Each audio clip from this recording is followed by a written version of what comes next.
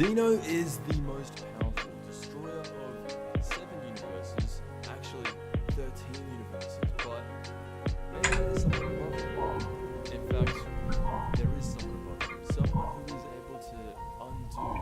I'm sorry.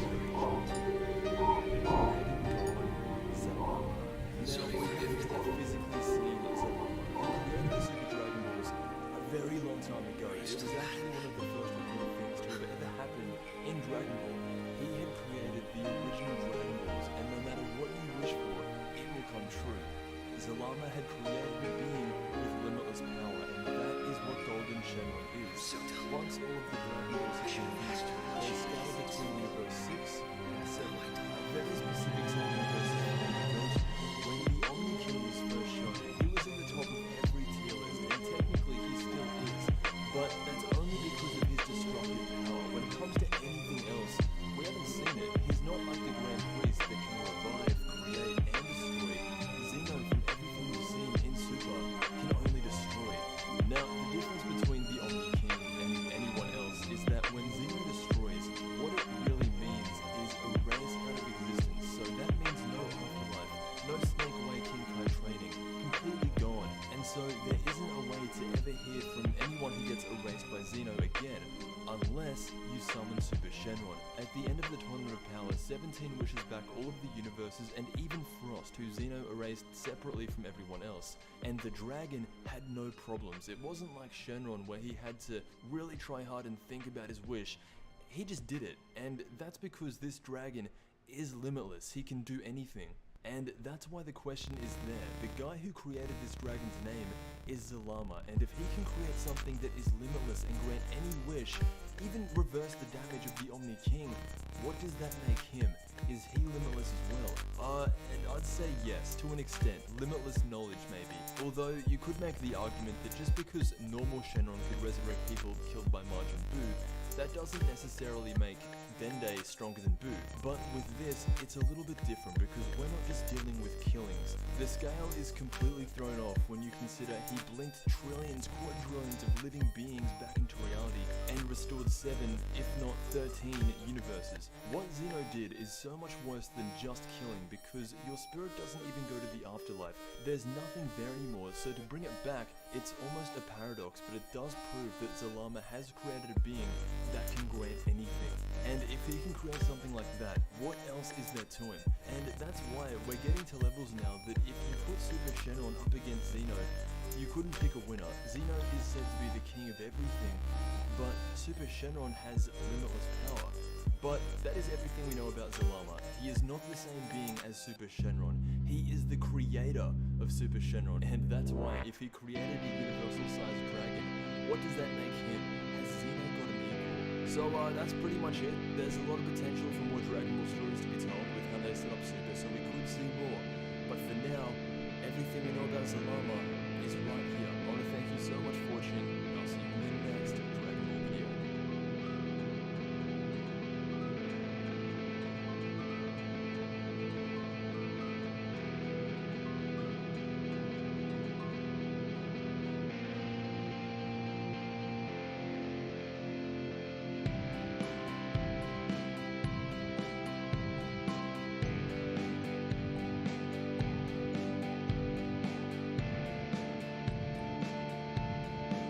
So far, so good. As it currently stands, this arc of Dragon Ball Super is really a whole lot of fun, and I find myself looking forward to its release more and more as time goes on. With the previous chapter, we saw Granola return to Planet Cereal, a world now primarily inhabited by the friendly lifeforms known as the Shugarians. However, Granola would instead opt for seclusion as to constantly be reminded of what he had lost, or more specifically, what had been taken away from him. Additionally, we'd see the beginning of Vegeta's training with Lord Beerus. Beerus would demonstrate his destructive capabilities to an eager Vegeta just before shutting him down, as he was unworthy of such a power if he still harbored the guilt of the Saiyans on his shoulders. In an effort to force Vegeta out of this, Beerus would reveal the truth, that it was in fact he who had told Frieza to eliminate the Saiyans, a revelation situation that would lead to a bout between the two where Beerus was quite clearly dominant.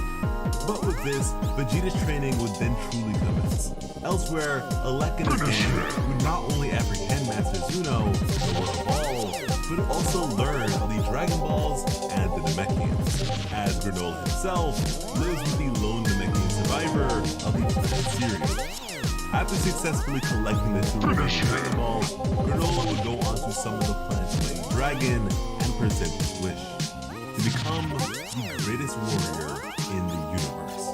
With this latest chapter, we pick up right from there as the dragon, who remains unnamed, would make sure of Granola's wish to become the strongest life form outside of the gods in Universe 7. Granola would be quick to confirm and question the possibility, as the dragon themselves would confirm that yes, Granola can be made to be stronger, but such power cannot go beyond his latent potential. And as such, it could not be done, as Granola just doesn't have it in him to be the strongest in the universe, plain and simple. Which to me makes his province of power sound very reminiscent of the Grand Elder Guru's ability to awaken one's latent potential, albeit several times more powerful. However, the dragon would express the possibility of such a feat should a particular stipulation be agreed to. What to me began to feel like a deal with the devil. One that Granola would agree to before even knowing the contents, a clear indicator of how strong his resolve truly is. From there, we'd be taken back to Beerus' planet. Here, Vegeta was now in the midst of training, beginning with the absolute basics, he held a rock in the palm of his hand and attempt to destroy it. Beerus was just chilling with some manga like all of us, as Vegeta was becoming more and more frustrated until boom, the rock was crushed, but not destroyed, not really. In reality, all Vegeta managed to do was break it apart with a basic ki blast. The difference being that when gods of destruction use the power, they literally erase the target from existence in its entirety, turning something into nothing. And in such a case, when matter is destroyed outright, the energy it releases is incredible, as Beerus would then demonstrate as such with a mere rock in hand. And listen, this explosion was no joke. If that's the fallout of a simple rock, just think of the possibilities. A point of interest that Beerus would further emphasize as Vegeta found himself staggered by the outburst. However, for as amazing as his power stands to be, it can be inadvertently destructive as well if the user isn't careful, as we're able to see in the case of Beerus' fallen manga. Goku would then question if Beerus was truly training Vegeta. Whis would question if this was an issue, but Goku wasn't bothered. His focus right now was Ultra Instinct, further cementing the divergence of their two paths, which I seriously appreciate. For him, it was a race to see who could become the strongest in the universe. A feat that Whis would express may not simply be just a race between the two of them alone. It wasn't as if he had anyone in mind in particular, but considering the vastness of the universe, it's hard to say when the next big challenger may arise. And now, with this in mind, prior to Granola's wish, I wonder who exactly was the definitive strongest. Whis would then corroborate his point with the Oracle Fish, who was a bit lethargic at this point, but would agree, now presenting his previous foretelling to everyone, that the strongest warrior in the universe will soon arise, as Vegeta would suddenly emerge to claim himself as such. With this sudden appearance and associated bravado, they were all caught a bit off guard, as Vegeta, like a damn menace, would pull up with a pebble on his finger. With this, he'd finally do it. Destruction, as the fallout, albeit minuscule, was indicative of his success. Now proud of this puny display, he'd triumphantly tell them all to watch out, as he would be moving up to even bigger targets in due time. Following this, we would shift back to the fucking let's eat! Balls would then rush elsewhere, as there stood Granola. His hair had at this point grown incredibly, with him now favoring the visage of Super Saiyan 3, albeit with hyperbreath. He would then telekinetically lift the mass of the boulder and raise it upwards, now clenching his fist. With this, a massive explosion would be had, and in its wake, oatmeal would come to question what exactly that was. God. Granola now possesses the technique of the gods, and to a far greater scale than that which Vegeta is currently capable of, would certainly put the difference in their capabilities on full display. And now, as much as I enjoy this arc, I don't really like this addition. First and foremost, it is a technique, something you acquire from training, or at the very least replication on account of experience. For this to come out of nowhere without him even being aware of its origins is strange to me. And again, we've seen a rudimentary attack from the likes of Goku, but that was a much slower process that did not share the same exclusive property. So for him to immediately do this instead, this doesn't land for me. However, Granola himself was clearly pleased by the change, as the old man would be shaken from his slumber. He rushed out and in an instant recognized that the Dragon Balls were gone. He'd leave their home to see his young companion hovering in the air.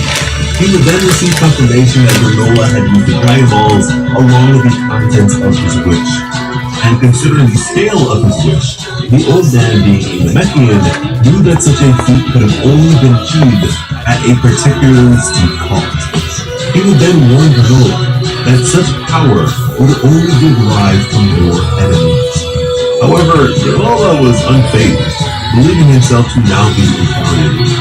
And in retort, the old man's wisdom will be made clear as he rejected Granola's confidence, as even if he is the strongest today, the future is uncertain, and such a thing could shift in times to come.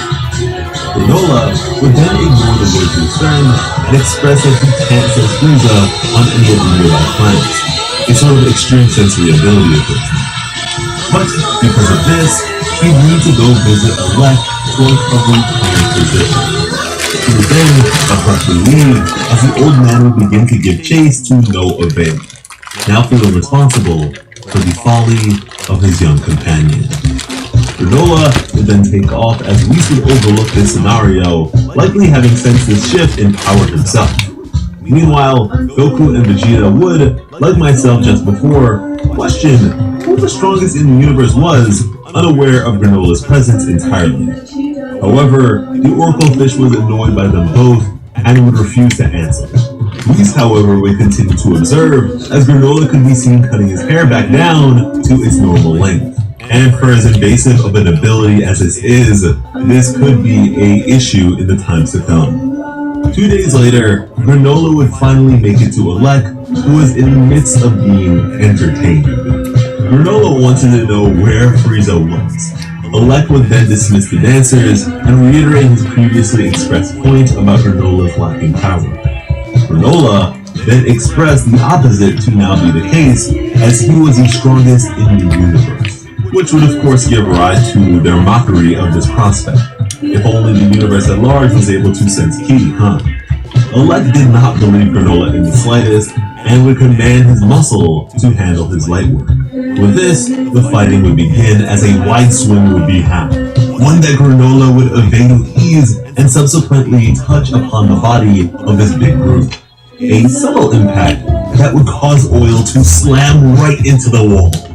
There was a shared disbelief amongst the Lek's group, but it was clear that Granola was not bluffing. However, as we've come to know, Lek is an information man, and so he commanded Oil to continue fighting, as to further gauge Granola's capabilities. As such, Oil would immediately rush in and attack, slamming his hands into the ground as Granola would leap upwards and whack! Kick him right across the face. This time, failing to be launched, Oil's anger would reach its boiling point, as he would continue to slam into the ground after the light-footed Cerealian. Slam after slam, his pursuit seemingly unending like a sore loser in a game of whack-a-mole. Each and every would be avoided until finally, Granola would leap up once more, now aiming and firing a shot.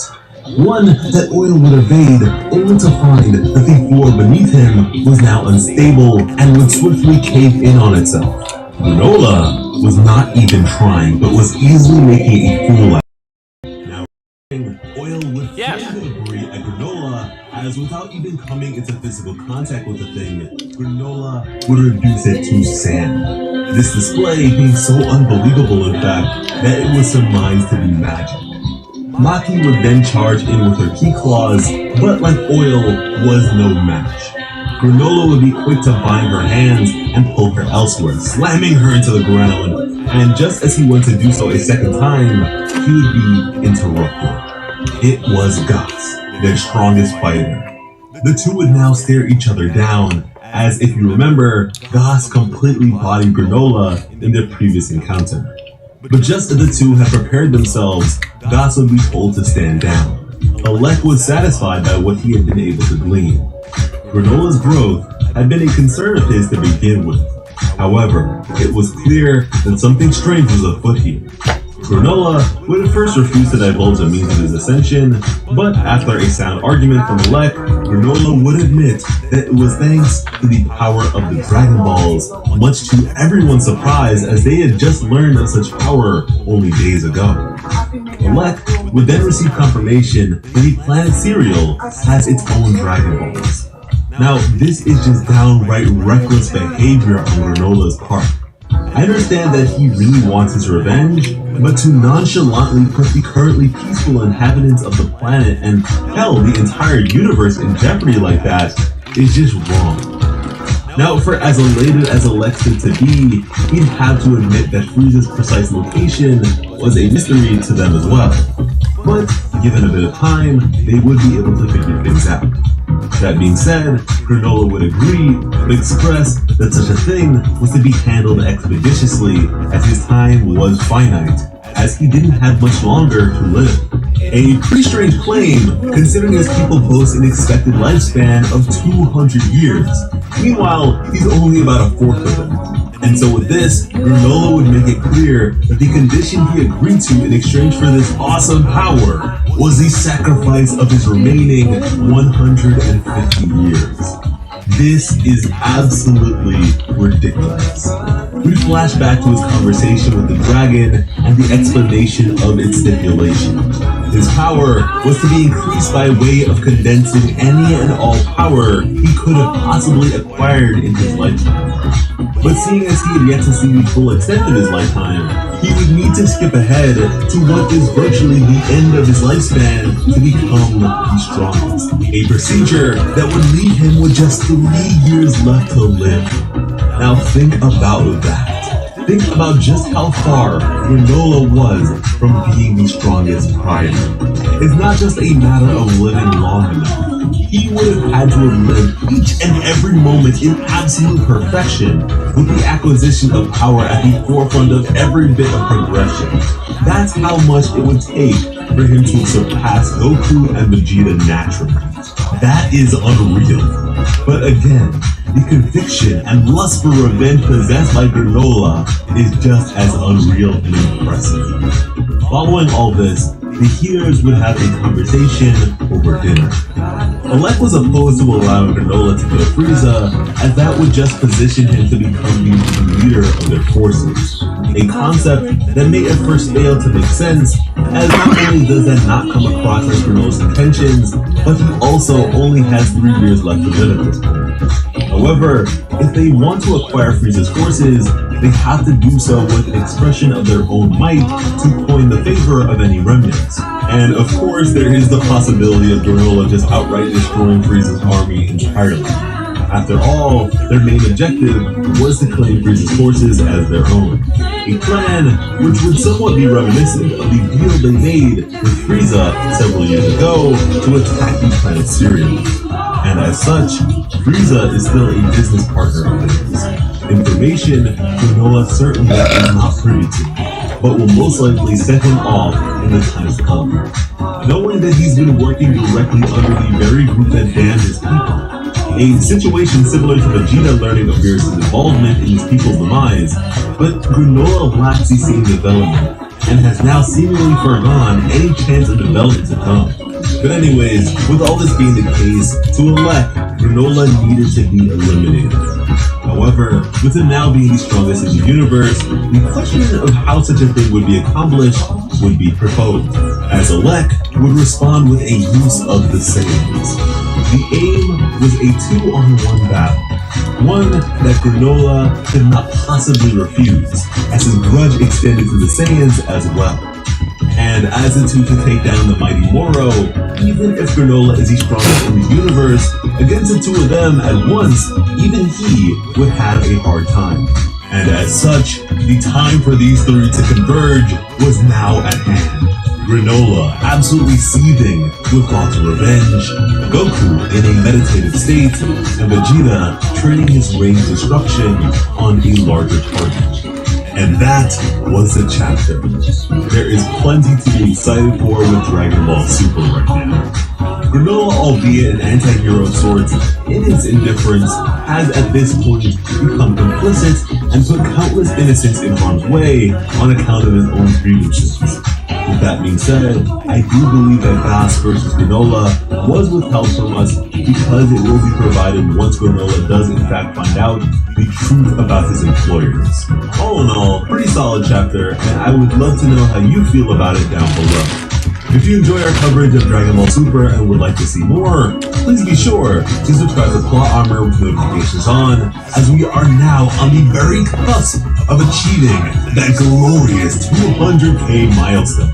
Fuck yeah. That being said, we do also have active Instagram and Twitter pages that bring to you the latest and greatest anime and manga news, memes, and information on all of your favorite series. So I highly recommend you give us a follow. And to further support the Plot Army, check out our Patreon page linked in the description and the card on screen, because when it comes to bringing you some of the best Dragon Ball Super content on the platform, Plot Armor has you covered. As always, I'm Slexo Otaku. Thank you all so much for watching. Have an awesome day. I love you.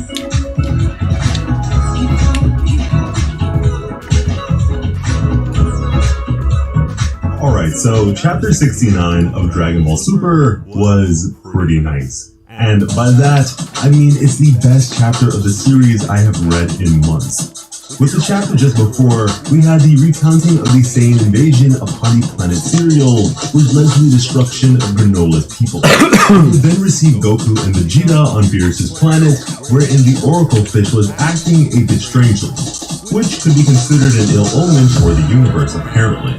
But disregarding that concern entirely, Goku would begin training Ultra Instinct with Whis, establishing that he is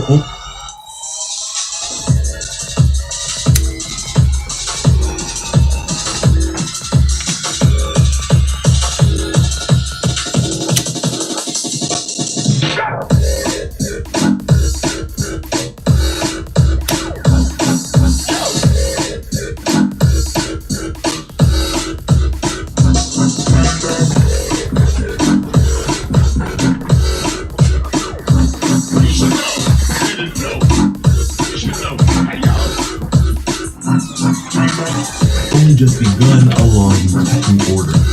In the case of Vegeta, Beerus will allude to another technique of the gods that may better suit him than Ultra Instinct. Meanwhile, Granola, having discovered that Frieza lived once more, would head home with intentions of becoming stronger than anyone else, as the Oracle Fish would ominously foretell that the strongest warrior in the universe would soon arise. With this latest chapter, Granola would successfully make it home to the planet Cereal. And here, he'd be met by the adorable Shugarians. He would then do a bit of light shopping, which included a simple conversation with a local clerk. The clerk would question why he and the old man he lives with don't just move into the city. But Granola would respond that it just wouldn't suit them. Granola would then ascend up the mountain, as apparently this city was established for the Shugarians by the very same people who employ Granola today. As it turns out, the Shugarians were once refugees who lost their own planet as well, and paid handsomely for this new home. And with these views of the mountain, Granola was able to overlook what was once his own hometown. A regular reminder of what the Saiyans and Frieza had done to his people. We would then shift to the training of Vegeta. And I say training because despite what Beerus said in the previous chapter, he was to me clearly training Vegeta here. He first questioned how many planets the Saiyans had destroyed, a question that Vegeta could not answer, but would denote such acts as sin. An interesting thing to say to a god of destruction whose very purpose is the destruction of whole worlds. Vegeta mentioned how things changed a bit under the group of Frieza, but not as a means of shifting the blame necessarily, as he doubly recognized that his father once the road across countless deaths